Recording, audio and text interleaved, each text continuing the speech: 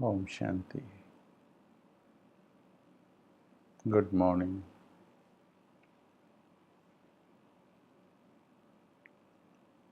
सभी को आवाज़ ठीक आ रही है?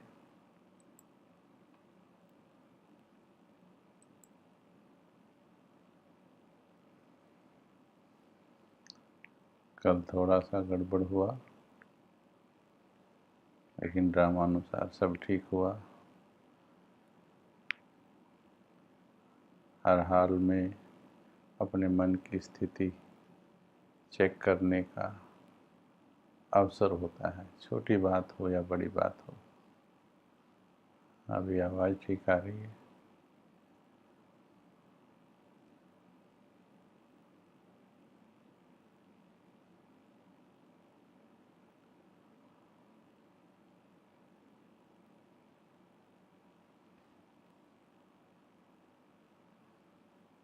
ओके, ठीक है, थैंक यू।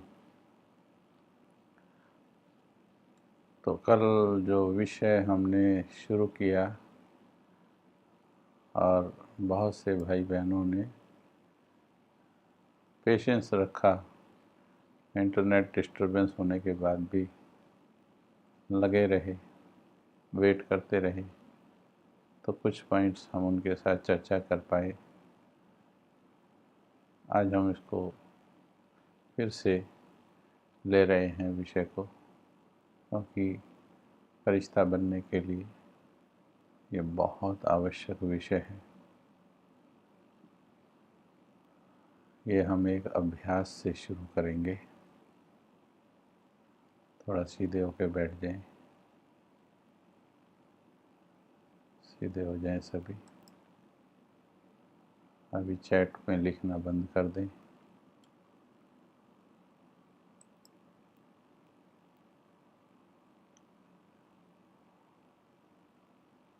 और अभ्यास करेंगे, आत्मा बन जाएंगे।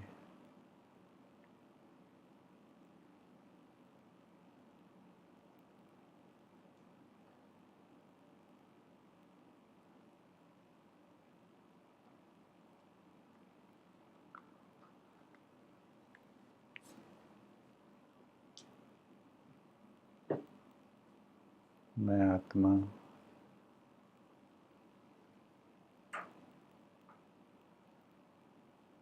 अकेली आई थी इस रंगमंच पर।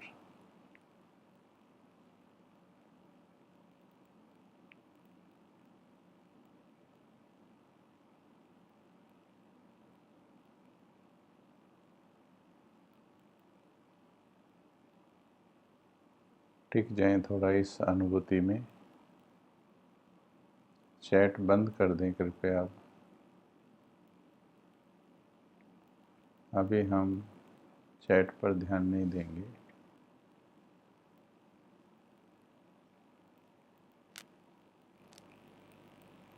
अकेली आई थी मैं आत्मा।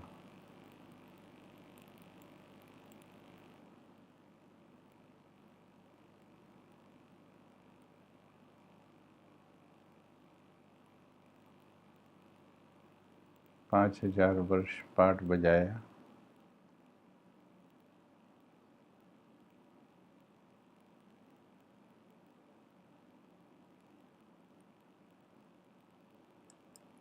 अब जाने का वक्त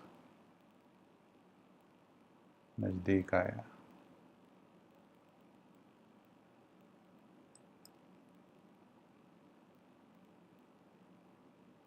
अब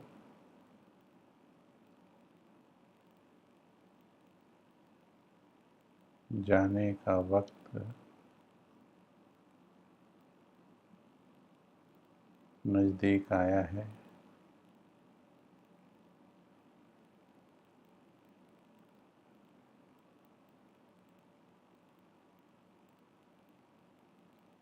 अब घर चलना है।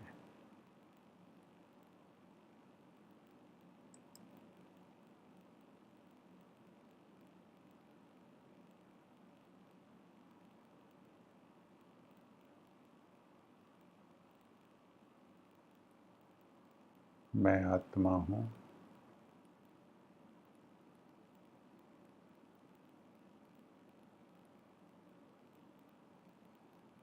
मैंने 5000 वर्ष की यात्रा अकेले ही की है।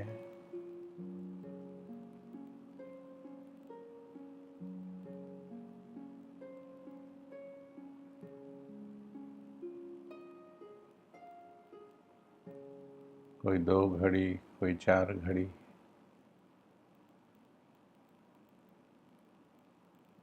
कोई 2 साल, कोई 4 साल, कोई 50 साल।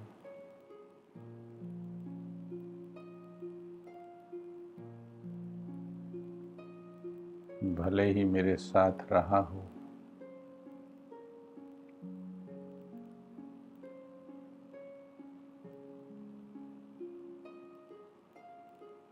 पर यात्रा मेरे अकेले की थी।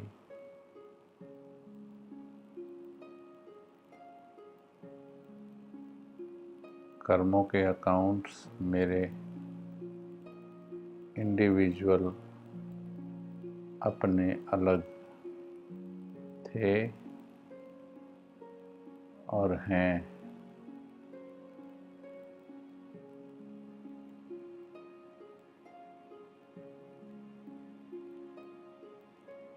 बाबा जब अंतिम हिसाब मांगेगा,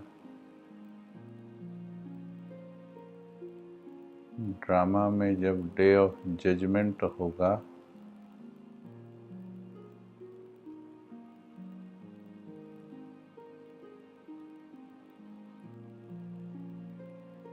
मुझे ही मेरे कर्मों के जवाब देने पड़ेंगे, या मेरे कर्मों के रिवार्ड ही मुझे मिलेंगे।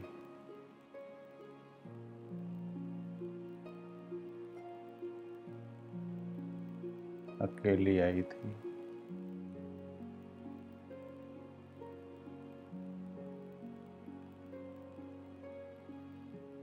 अकेले ही जाऊंगी।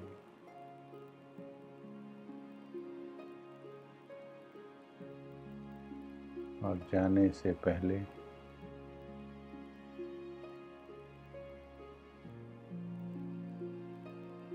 सबसे हिसाब निपटाकर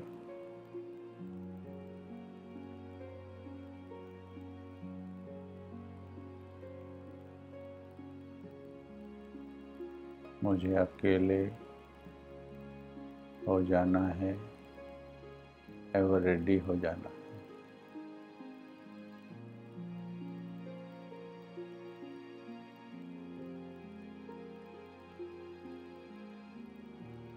मुझे जल्दी से बाबा का दिया हुआ होमवर्क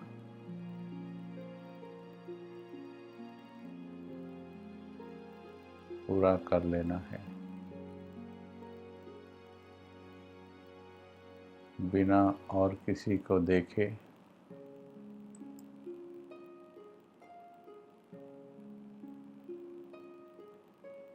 बिना और किसी को फॉलो किए हुए।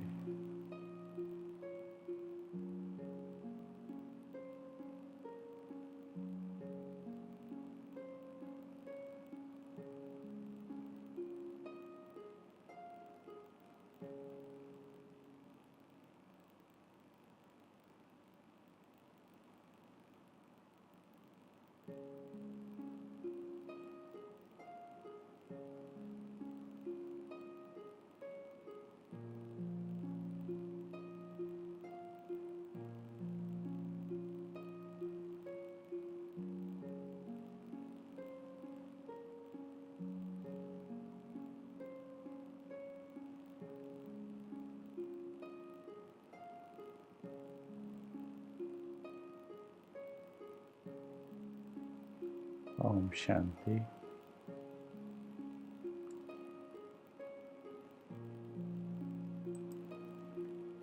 इस विषय को सुनने के लिए ये बेसिक तैयारी थी, विषय को सुनने के लिए क्योंकि ये अव्यक्त स्थिति की ओर जाने के लिए हम अनेक विषय कवर कर रहे हैं। सहनशीलता पर किया, अंतर्मुखता, क्षमा के गुण पर चर्चा की, कर्म बंधनों से मुक्त होना है तो साक्षीपन का गुण भी बहुत जरूरी है। साक्षी रहने से क्या क्या बेनिफिट्स हैं, वो बेनिफिट्स हम देखेंगे। साक्षी होने से हमें क्या प्राप्तियां होने वाली हैं, क्यों जरूरी है साक्षी होना। आपने लौकिक में भी देखा होगा कि जब कोई अति बुजुर्ग हो जाता है और उसको ये लगने लगता है कि बस अब जीवन निकल गया है, अब वापस जाने का समय आ गया है, तो आप देखेंगे ध्यान से तो वो अपने बच्चे, पोते, संबंधी, रिश्तेदार, उनसे उपराम हो जाते हैं। वो अपने शरीर के हिसाब किताब पूरे करने पर, और एक छोटा दायरा, बहुत बड़ा दायरा नहीं रह जाता है, उस दायरे में उनकी सोच सिमट कर रह जाती है। यानी दूसरों के पार्ट पर जो सारा जीवन चिंतन करते रहे, उस समय वो चिंतन सिमट जाता है। क्योंकि जब ये स्मृति आती है, अब इस दुनिया में ज़्यादा समय नहीं मेरा, और हमें तो भगवान ने बता दिया है, 84 वर्षों से बता रहा है। इतना समय इसलिए लगा क्योंकि विश्व परिवर्तन की बात है, पूरे विश्व का परिवर्तन करना है, इसलिए इसमें थोड़ा समय ज़्यादा लगा। 63 जन्मों के संस्कार आत्माओं के बदलने थे भगवान को, वो भी जिन्होंने बदलने हैं नंबरवार पुरुषार्थ अनुसार। तो इसीलिए इतने लंबे समय से बाबा हमें वैराग्य दिला रहे हैं, चाहे वो 1936-37 रहा या आज 2020। जिसने भी जब भी अपने अंदर वैराग्य भाव, साक्षी भाव, अंतर्मुखता, उपरामता जिसने भी धारण की है, उसके बाद वो जीते जी भी बहुत संतुष्ट रहे हैं और कुछ विशेष अकाउंट्स लेकर के गए हैं इस दुनिया से। क्योंकि साक्षी भाव बहुत कमाई, ईश्वरीय कमाई करने में बहुत मददगार होता है, इसलिए बहुत जरूरी गुण है। साक्षी भाव कर्म बंधनों से बचाता है, यानी दूसरों के पार्ट में वजह बेवजह इंटरफेयर करना, संकल्पों से भी इंटरफेयर करना, सोच से भी इंटरफेयर करना, वो हमको कर्म बंधनों में बांधता है। कल बता रहे थे हम, किसी एक ने, मतलब नंबर 1 पर्सन ने नंबर 2 पर्सन को, एक आत्मा ने नंबर 2 आत्मा को कुछ क्रोध में कहा और नंबर 3 ने सिर्फ देखा। 3 को कुछ कहा नहीं, उसने सिर्फ देखा और देख करके नंबर 1 के बारे में कुछ विचार बनाए, कुछ नंबर 2 के बारे में बनाए, जबकि उसका उस घटना से कोई लेना देना नहीं। ये इवन बाजार में खड़े होकर के भले हो रही घटना, उसका कोई लेना देना नहीं, उसकी इंटरफेयर करने की आवश्यकता भी नहीं, किसी ने राय मांगी भी नहीं, पर उसने अपने आप को उसमें घुसा लिया सोच के द्वारा। तो क्या होगा, विचार कीजिए, कितना समय उसका उस सोच की ओर चला जाएगा। दोनों में से एक के बारे में अच्छा सोचेगा, एक के बारे में कुछ कमज़ोर सोचेगा, दोनों से हिसाब किताब बन जाएगा। अगर वो मन में सोच ज़्यादा देर चली, आकर किसी चौथे को बताएगा, 5वें को बताएगा, उनसे भी हिसाब किताब बढ़ाएगा। इस तरह से आत्मा कर्म बंधनों में फंसती चली जाती है। जबकि जो कोई कर रहा है, अगर किसी ने किसी को गाली दी, आपने उसे देखा, उस गाली का आप पर कोई प्रभाव नहीं, भगवान आपसे उसका रिपोर्ट पूछने वाला नहीं है, लेकिन उसके बारे में आपने खड़े खड़े कुछ विचार बना लिया। अब आप रिपोर्ट देने के हकदार हो गए, अब बन गए आप, कटहरे में खड़े हो गए। ये क्यों सोचा तुमने, ये व्यर्थ संकल्प क्यों किया, जबकि इसकी आवश्यकता थी नहीं। वही 5 मिनट भगवान की याद में और बिता लेता तो तेरे को कितनी कमाई होती।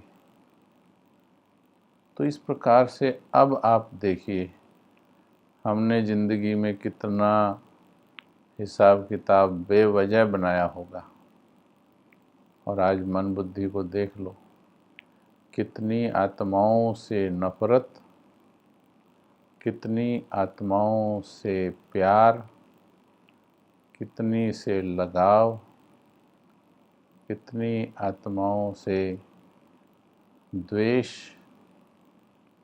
कितनी आत्माओं के प्रति व्यर्थ हमारे अंदर भरा हुआ है।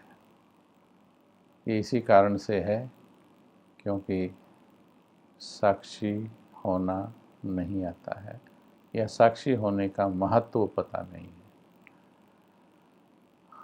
है। एक प्रश्न का जवाब देंगे। अभी मुझ आत्मा पर 63 जन्मों से आई हूँ विकर्म करते हुए, और योग तो अभी पिछले कुछ महीनों से या वर्षों से करने लगे होंगे। मुझ आत्मा पर कितने कर्म बंधन हैं अभी, मुझ आत्मा के कर्म बंधन कितने बाकी हैं, कितना बोझा है सिर पर अभी। क्या कहते आप, बिल्कुल कम, थोड़ा या ज़्यादा, या बहुत ज़्यादा? बिल्कुल कम, थोड़ा, ज़्यादा, बहुत ज़्यादा? जी बताएंगे, अपनी चेकिंग बताएंगे।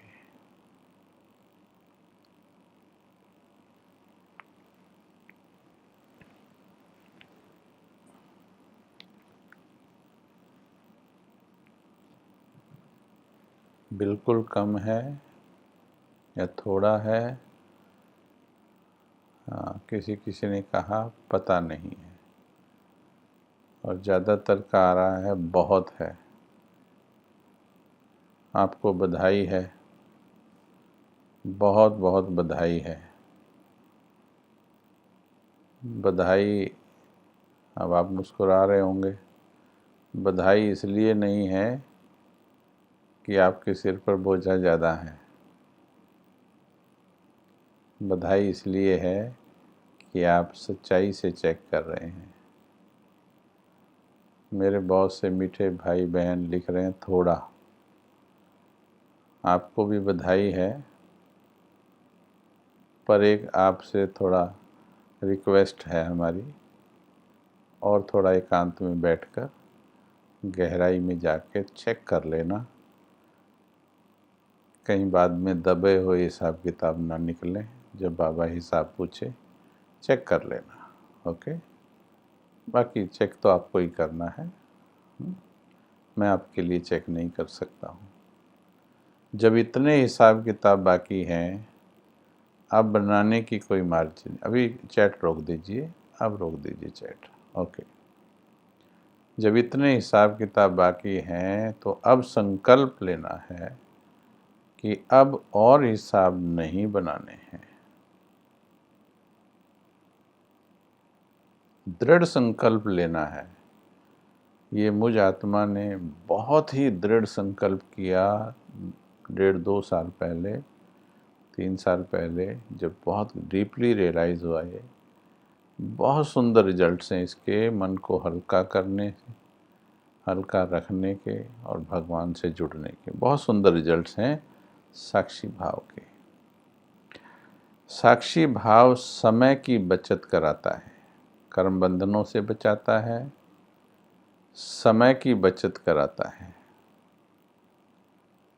साक्षी भाव भगवान का साथी बनाता है। बाबा के महावाक्य हैं, ये अपने दिल में नोट कर लेना। यदि तुम साक्षी हो इस दुनिया से, यदि तुम इस दुनिया से साक्षी हो, तो भगवान तुम्हारा साथी बनकर रहेगा। कहने का मतलब, यदि तुम्हारा दिल इस दुनिया में इन्वॉल्व्ड नहीं है तो भगवान साथी बन जाएगा, बाबा की तरफ मन लग जाएगा। लेकिन यदि तुम साक्षी नहीं हो, यदि तुम मुझे साथी नहीं बनाते हो, तो मैं साक्षी हो जाता हूँ। फिर ध्यान से सुनेंगे। यदि तुम साक्षी रहते हो दुनिया से, तो मैं तुम्हारा साथी बन जाता हूँ। लेकिन यदि तुम साथी नहीं बनाते मुझे, तो फिर मैं तुमसे भी साक्षी हो जाता हूँ। इसीलिए हमारे ऊपर जब भी कुछ बातें आती, हमें अपने किए हुए कर्मों विकर्मों के बोझे जब ढोने पड़ते हैं, सहन करने पड़ते हैं, तो ऐसा नहीं कि बाबा उसी वक्त दयालु होकर नीचे आ जाता है। नहीं, वर्षों तक भी चलते हैं किसी किसी के हिसाब किताब, आप में से भी होंगे, लेकिन बहुतों के हैं, आपके हमारे हर के अलग अलग। लेकिन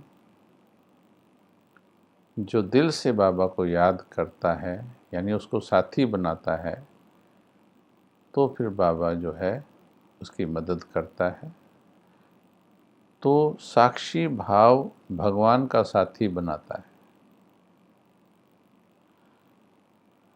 अब वैसे भी दुनिया में भी जो एक्टर्स प्ले करते हैं, एक्टिंग करते हैं फिल्म में,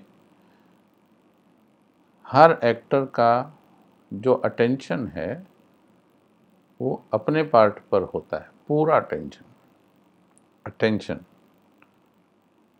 भले डायलॉग दूसरा बोल रहा है, पर उसका अटेंशन ये है कि मुझे डायलॉग कैसे बोलना है, मेरी डिलीवरी क्या है डायलॉग की, मेरा पिच क्या होगा, मेरी एक्टिविटी क्या होगी, उसको अपने पर फोकस करना है।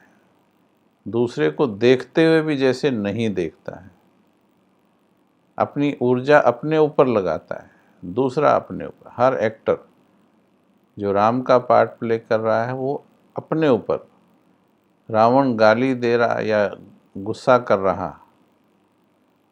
क्रोध में तमतमा रहा, और श्री राम जी मुस्कुरा रहे। वो क्रोध में तमतमा रहा, वो मुस्कुरा रहा। अपने पार्ट पर ध्यान है कि मैं श्री राम का पार्ट प्ले कर रहा हूँ। दूसरे के पार्ट पर ध्यान देकर इंटरफेयर किया तो गड़बड़ हो जाती है। विनाश काल में नेक्स्ट बेनिफिट जो साक्षी भाव का है, विनाश काल में प्यारे भाई बहनों, ये मैं उन आत्माओं को बता रही हूँ, मैं भी एक आत्मा, उन आत्माओं को बता रही हूँ जिन्होंने अव्यक्त की ओर चलने का संकल्प लिया है। ये उनके लिए क्लास है। ये थोड़ा सा अलग स्टैंडर्ड की क्लास है, लेवल की है, क्योंकि आर्ट ऑफ लिविंग की क्लास नहीं है, ये आर्ट ऑफ लिविंग की क्लास है। ये जीने वाली क्लास नहीं, ये जाने वाली क्लास है। ये फाइनल परम धाम चलने की तैयारी करने वाली आत्माओं की क्लास है, उनके लिए पॉइंट है। अब आने वाले वक्त में जब आपके साथ जुड़ी हुई जो आत्माएं हैं, उन सभी का भी हिसाब किताब होगा। जैसे अभी कोरोना में देखा, आपने देख ही रहे हो, घर वाले भी हाथ नहीं लगा सकते, हाथ नहीं लगा सकते, दूर से खड़े रो रहे हैं और उनको उस बीमारी में तड़पता देखना पड़ रहा है। जवान जा रहे हैं, माँ की आंखों के सामने बच्चे जा रहे हैं। तो ये पार्ट अब बहुत बढ़ने वाला है, क्योंकि आत्माओं ने पाप बहुत ज़्यादा किए हैं पिछले कुछ समय में। अब ये और बढ़ने वाला है। ऐसे समय पर थोड़ा इस बात का भी अंदाज़ा लगा लीजिए, मेरे आसपास जब ऐसी बातें होंगी, मेरे नज़दीक संबंधों में जब होंगी, जब उनके हिसाब किताब पूरे हो रहे होंगे, तो क्या मैं साक्षी रह पाऊंगी? माँ के सामने बच्चे का हिसाब पूरा हो रहा, बच्चे के सामने माँ का, भाई के सामने भाई का हिसाब पूरा हो रहा। अनेक तरह से होते हैं हिसाब पूरे, वो आप समझ सकते हैं। कुछ भयंकर बीमारियों के द्वारा, जैसे अभी कोरोना से हो रहा है, और दूसरे हिसाब किताब, सुख दुख लाभ हानि, बहुत से हिसाब किताब होते हैं। लेकिन किसी भी तरह का हिसाब किताब हो, मुझ आत्मा को अपने पार्ट पर ध्यान देना है, साक्षी पहले होना है, फिर श्रीमत अनुसार जो मदद हेल्प उनको कर सकते हैं, वो हेल्प हम करेंगे श्रीमत के अनुसार। नेक्स्ट जो है, देह की व्याधियों पर, देह की व्याधियों पर विजय दिलाता है साक्षी भाव जो है। साक्षी भाव से देह की व्याधियों पर भी साक्षीपन होना आता है। देह की व्याधियों जो है वो आपको प्रभावित नहीं कर पाती हैं। हमने दादी जान की और बड़ी बड़ी दादियों को देखा कि इतनी शरीर के अंदर परेशानियां होते हुए भी आत्मा को ये क्लियर स्मृति थी कि मैं आत्मा हूँ, ये शरीर है, मैं आत्मा हूँ, ये शरीर है। मम्मा के बारे में बताया रमेश भाई जी ने। रमेश भाई जी को पता लगा, डॉक्टर ने कहा कि मम्मा के पास अब समय नहीं है। कल 24 जून है, मम्मा डे है, तो कल हम मम्मा डे पर विशेष मम्मा जगदम्बा सरस्वती जी के बारे में ही उनके गुणों की चर्चा करेंगे।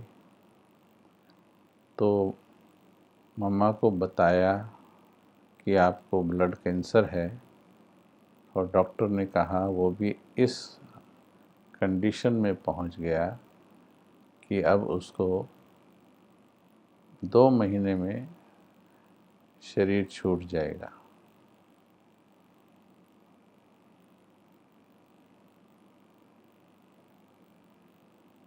अब सोचिए, किसी को पता लगे तो वो कैसे साक्षी रह पाएगा। वर्तमान में सभी अपनी अपनी स्थिति अगर देखें, और उम्र भी मम्मा की केवल 45 वर्ष के करीब थी, परंतु इतना देह से उपरामता थी, इतना पाठ पक्का था कि मैं आत्मा हूँ और ये देह तो छूटनी ही है, आज नहीं तो 10 दिन बाद, नहीं तो 10 साल बाद, 20 साल बाद ये देह छूटनी ही है। मेन मैटर करता है कि मैंने जीवन कैसा बिताया है, मैंने कमाई कितनी की है, वो डिपेंड करता है। ये नहीं कि मैं 90 साल तक जीऊँ, टेंशन में, डिप्रेशन में, व्यर्थ में 90 साल बिता के भी लोग असंतुष्ट जा रहे हैं। मोर देन 99% लोग जो हैं वो असंतुष्ट जा रहे हैं। लेकिन मम्मा देखो 45 साल की उम्र में संपूर्णता को प्राप्त करके गई, लक्ष्मी पद प्राप्त करके गई मम्मा। तो किस क्वालिटी का समय हम बिता रहे हैं, ये मेन देखने की बात है। तो ये अपनी बीमारियों में भी साक्षी भाव आना। अभी दादी के बारे में बताया, देखो बाबा ने, दादी प्रकाशमणि जी 2007 में शरीर छोड़ा, और दादी जानकी जी ने तो अभी लॉकडाउन में ही अपनी संपूर्णता प्राप्त की। दोनों के बारे में बाबा ने यही बताया कि बच्चों को लग रहा था कि आत्मा दादी जी परेशान है, दुखी है, यानी दर्द में है, दुखी माना दर्द में, लेकिन वो आत्मा बाबा की गोद में मनसा सेवा कर रही थी। सोचिए जरा, यहाँ लग रहा है कि आत्मा दर्द फील कर रही है शरीर की हालत देखकर, पैरामीटर्स देखकर, शरीर के वाइटल्स देख करके, लेकिन आत्मा शरीर से न्यारी थी।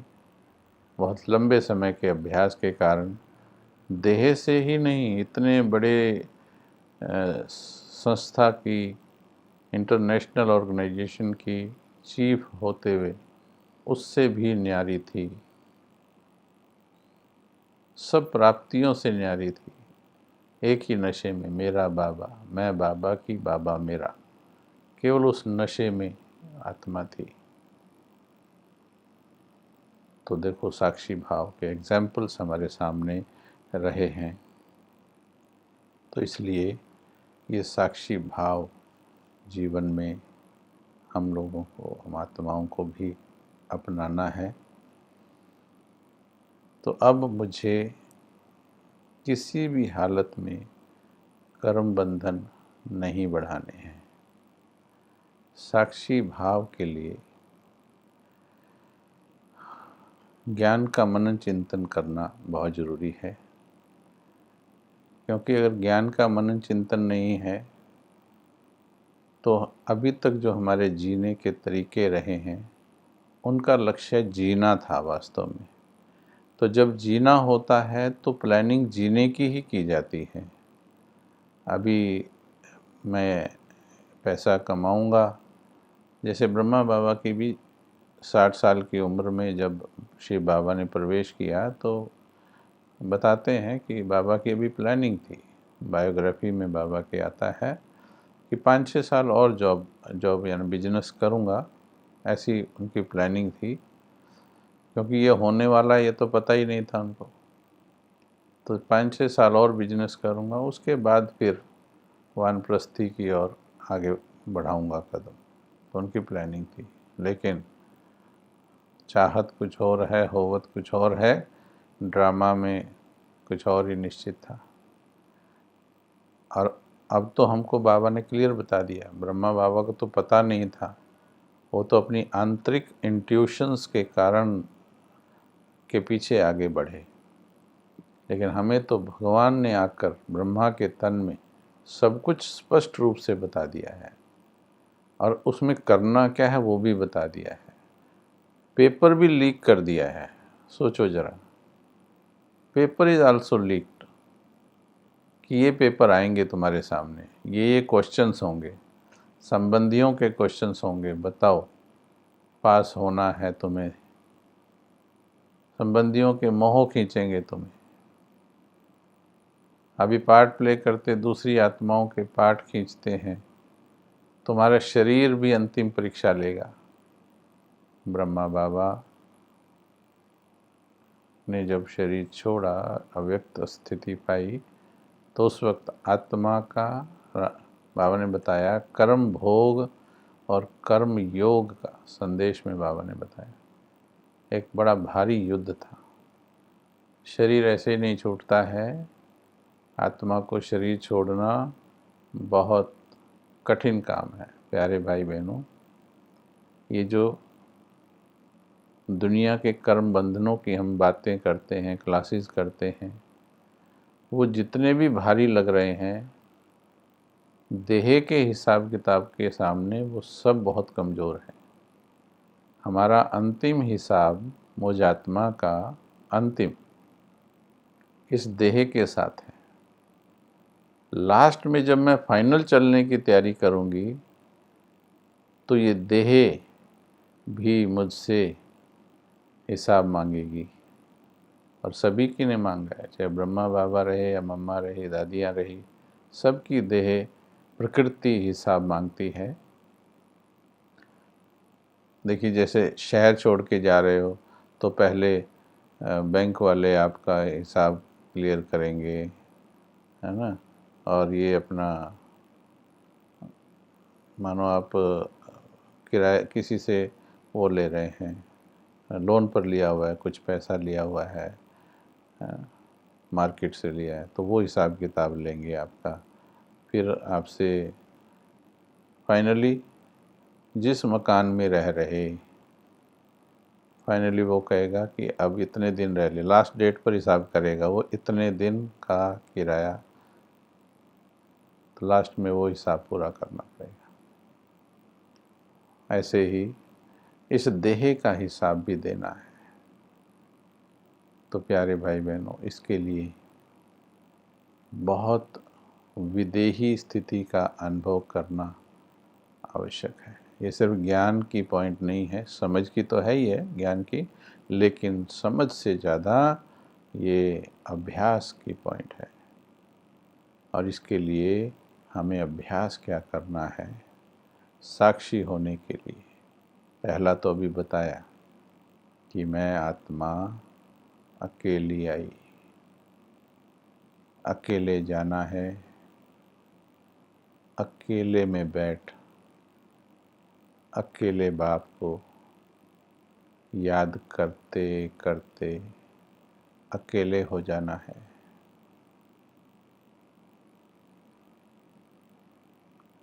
चलेंगे, अभ्यास करेंगे। 2 मिनट के लिए सीधे होकर बैठ जाएं।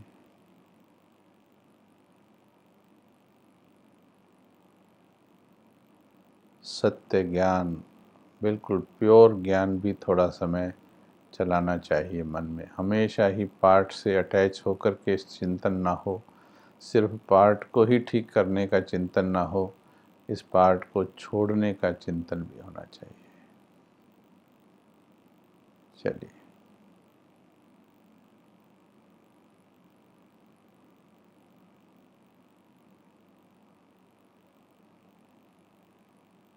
अकेली आई थी,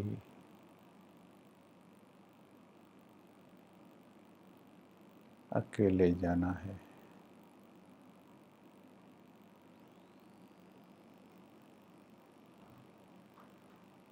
अब मुझे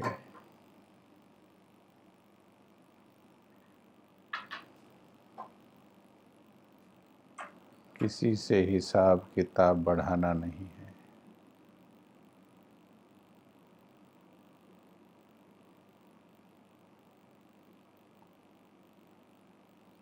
पिछला जो सिर पर बोझा रखा है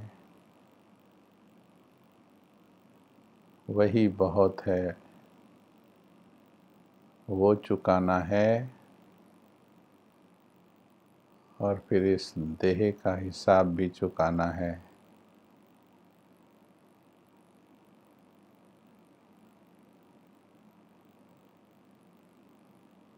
महसूस करो, मस्तक में बैठी हुई मैं आत्मा क्या सभी से साक्षी हो गई हूँ? क्या मैंने दूसरों के पार्ट में इंटरफेयर करना बंद कर दिया? दूसरों के समाचार सुनना कान लगाकर, ध्यान देकर, फिर दूसरों को सुनाना,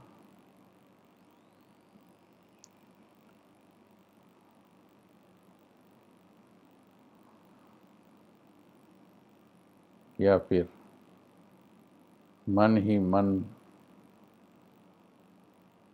मैं दूसरों के और आकर्षित तो नहीं होती। मेरे मन पर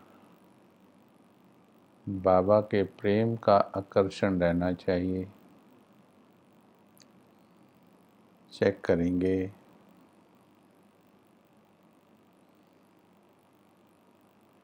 सारा दिन में मेरे दिल पर खींच कहाँ की होती है, अट्रैक्शन कहाँ का होता है? दुनिया खींच रही होती, मन दुनिया में चल रहा होता, या भगवान खींच रहा होता? मेरी तरफ से अट्रैक्शन किधर है ज़्यादा? खुद को चेक करो, कर्म बंधन समझ में आने लग जाएंगे। जीवन में सब ठीक चल रहा है आजकल, इससे ये सिद्ध नहीं होता कि ठीक चल रहा है या कर्म बंधन कम है।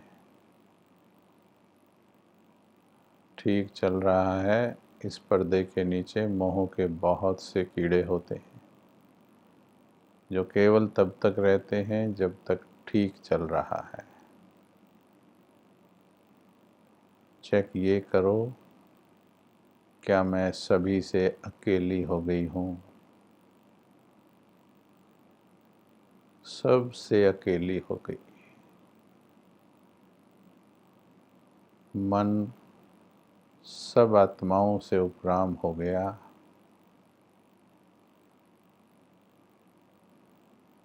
उपराम होकर फिर अंतिम पार्ट बजा रही हूँ।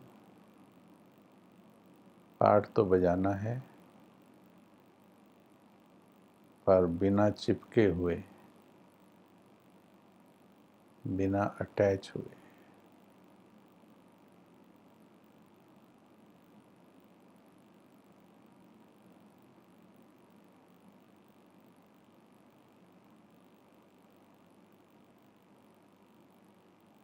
ओके, ओम शांति।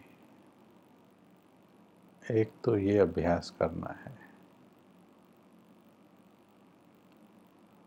बहुत सच्चाई से करना है ये अभ्यास, क्योंकि आप सभी ने कहा है कि अब घर जाना है उसकी, और ये विषय ही अव्यक्त की ओर का है, तो इसलिए चेकिंग भी उसी स्टैंडर्ड की करनी पड़ेगी। एक बात मैं फिर से कहूँ, हम जो अभी कमेंट्री करा रहे हैं अनुभूति के लिए बोला जा रहा है, और मैं देख रहा हूँ बहुत से भाई बहन लगातार टाइप किए जा रहे हैं। पहले 1 मिनट ये टाइप रोकेंगे तो अब बात आगे बढ़ाएंगे हम।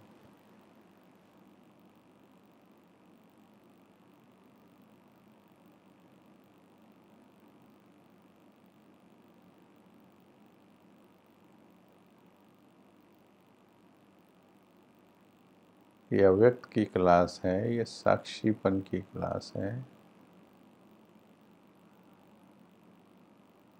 टाइप स्टॉप कर दें, नहीं तो आप क्लास का बेनिफिट नहीं ले रहे। हर प्रश्न आपसे पूछा नहीं जा रहा है। कमेंट्री में जो प्रश्न किए जाते वो आपको अपने मन से करने हैं, और जो सिर्फ की पैड के ऊपर फोकस हैं और रिजल्ट बहुत अच्छा लिख रहे हैं, मुझे क्षमा करना, आप चेकिंग ठीक नहीं कर रहे हैं। इतना सुंदर अभ्यास चल रहा है, मैं आत्मा अलग, मैं आत्मा अलग, और आप कहाँ बिजी हैं? टाइप करने। पूछ नहीं रहा है आपसे कोई, बीच में 1-2 प्रश्न पूछा हमने बस।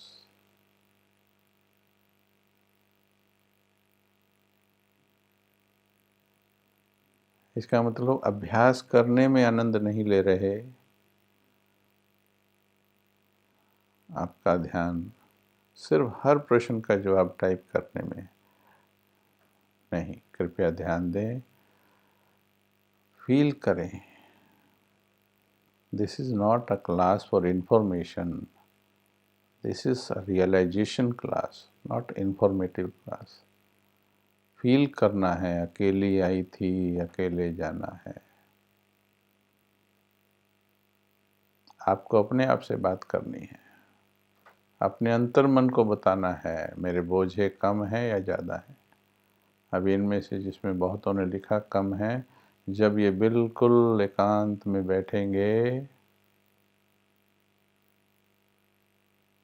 तो दिखेंगे, बहुत से बंधन दिखेंगे। ठीक है, चलिए आगे ध्यान रखें इस बात का। केवल जब प्रश्न पूछा जाए कि अब आप लिखो, तब लिखने के लिए आप लिख सकते हैं। हर प्रश्न का खुद ही लिखते जा रहे हैं तो उसमें आपका मेन कंटेंट मिस हो रहा है, अभ्यास मिस हो रहा है। अभ्यास नंबर 2 क्या करेंगे? दूसरा है, हर आत्मा का अपना अपना रोल है। हर आत्मा का अपना अपना रोल है। उस रोल से डिटैच होने का ज़्यादा से ज़्यादा प्रयास करें, और इसके लिए किस विधि से वो पार्ट प्ले करें ये आपने समझ लेनी है। सिर्फ एक क्लास में नहीं आ जाएगा, आपको समझ लेनी पड़ेगी। अच्छे एक्सपर्ट से, यानी हमारे इन्हीं वरिष्ठ बहनों से, भाइयों से,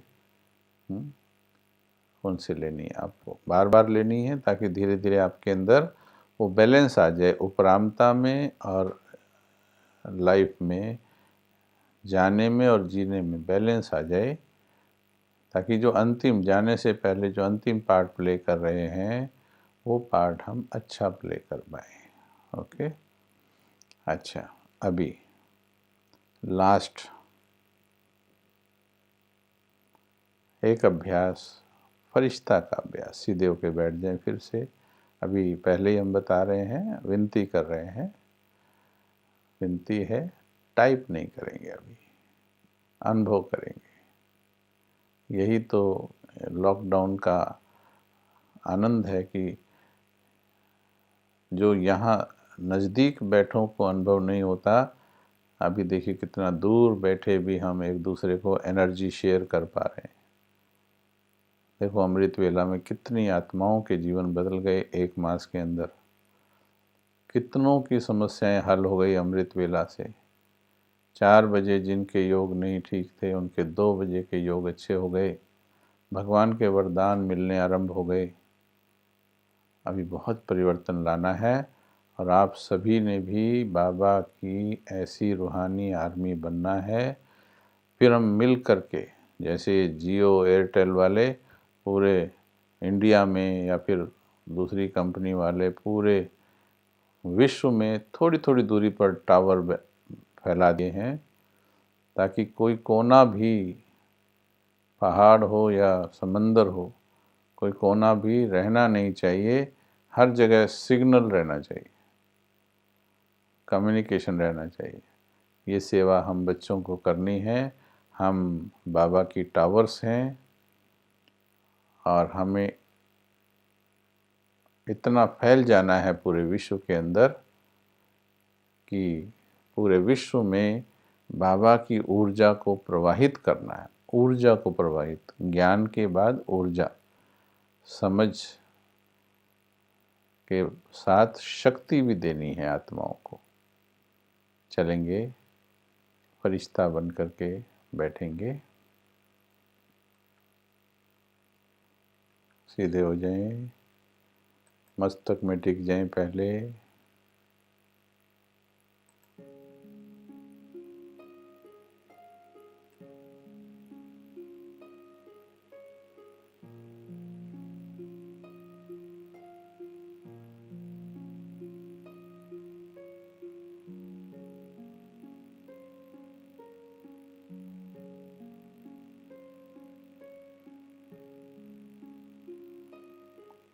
बाबा हमें कैसा बनाना चाहता है?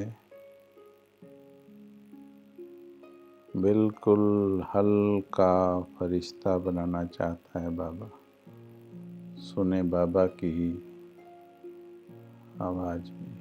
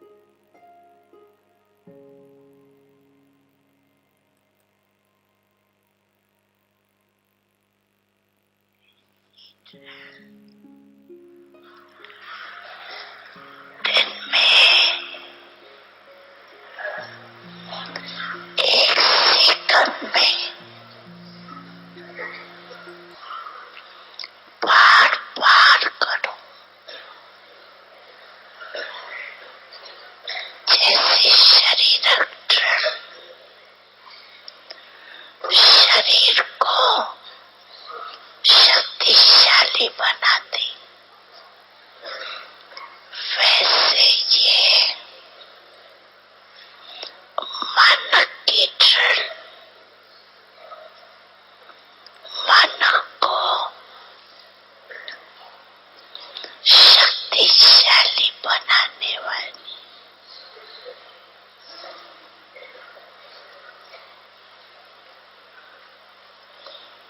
मैं फरिश्ता हूँ।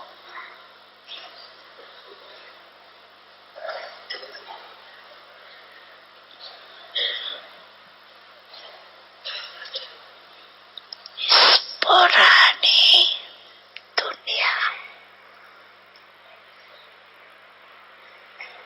पुरानी देह, पुराने देह के संस्कार से न्यारी फरिश्ता आत्मा अच्छा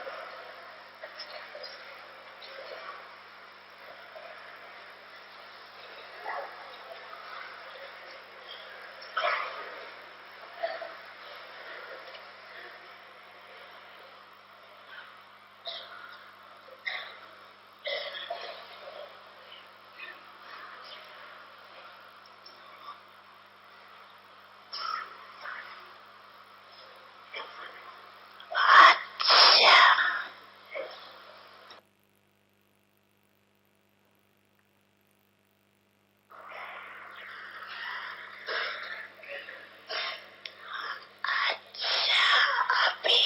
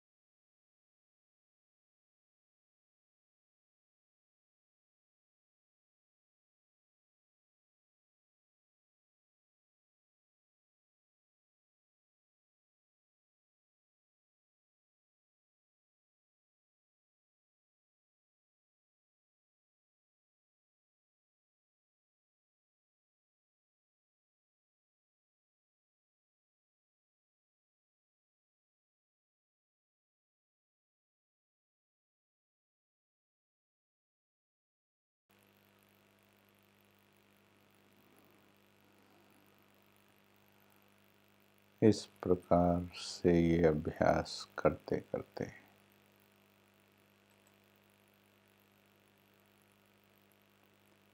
अपने मन को जितना उपराम करते चलेंगे उतना फरिश्ता की ओर आपकी यात्रा तीव्र होती चली जाएगी। फरिश्ता का अर्थात ही है कि इस देह की दुनिया से मुक्त होना। तो ये अभ्यास बार बार करें, दिन में भी कई बार बैठकर, बाबा ने कहा बार बार बैठकर करो। अपने जो जंजाल हैं, सूक्ष्म तार जो हैं जाले के,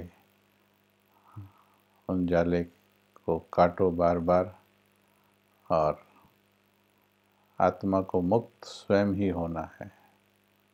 दूसरा कोई मुक्त नहीं करेगा। भगवान के प्यार को इस्तेमाल करके आपको ही मुक्त होना है। हाँ, हम एक दूसरे को थोड़ी देर सहयोग कर रहे हैं, हम आपको, आप हमको सहयोग कर रहे हैं। तो ये सहयोग भी ज़्यादा देर नहीं है अभी। ये इंटरनेट, ये लैपटॉप, ये सब मैंने पहले भी शायद बताया है।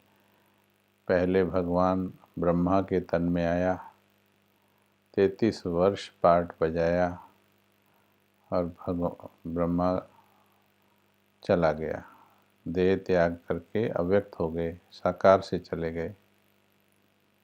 उसके बाद पाठ शुरू हुआ दादी के तन का।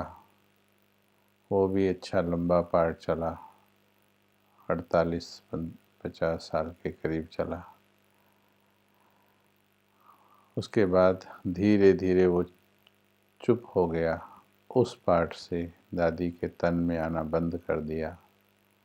देखिए पाठ कैसे बदला।